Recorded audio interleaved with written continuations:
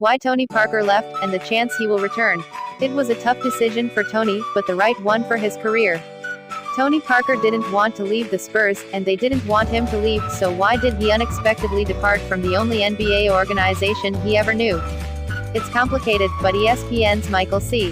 Wright has you covered, delving deep into what all transpired between his career-altering quad injury in the 2017 playoffs to his decision to sign with the Charlotte Hornets. He takes us through the tales of Tony's rehab, which included taking members the Spurs rehab team with him around the world, working out on yachts in the Mediterranean, and hiking the Great Wall of China. I may need to consider a career change.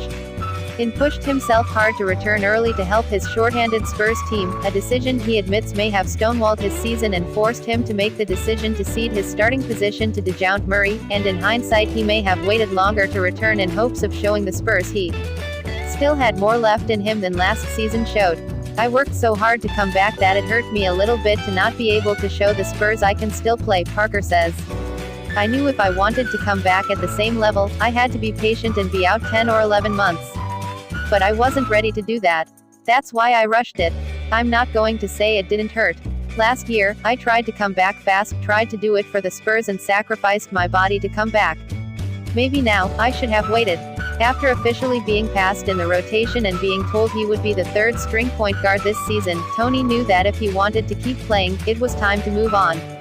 He wasn't going to maintain a large role with the team like Tim Duncan and Manu Ginobili had, so it wasn't the same situation for him. He consulted with both his former teammates, and they understood his decision completely, but the hardest part was breaking the news to Greg Popovich and R.C. Buford. That was tough, Parker says. Like, it was kind of shaky, his voice. But I was like, you know, Pop, I love you.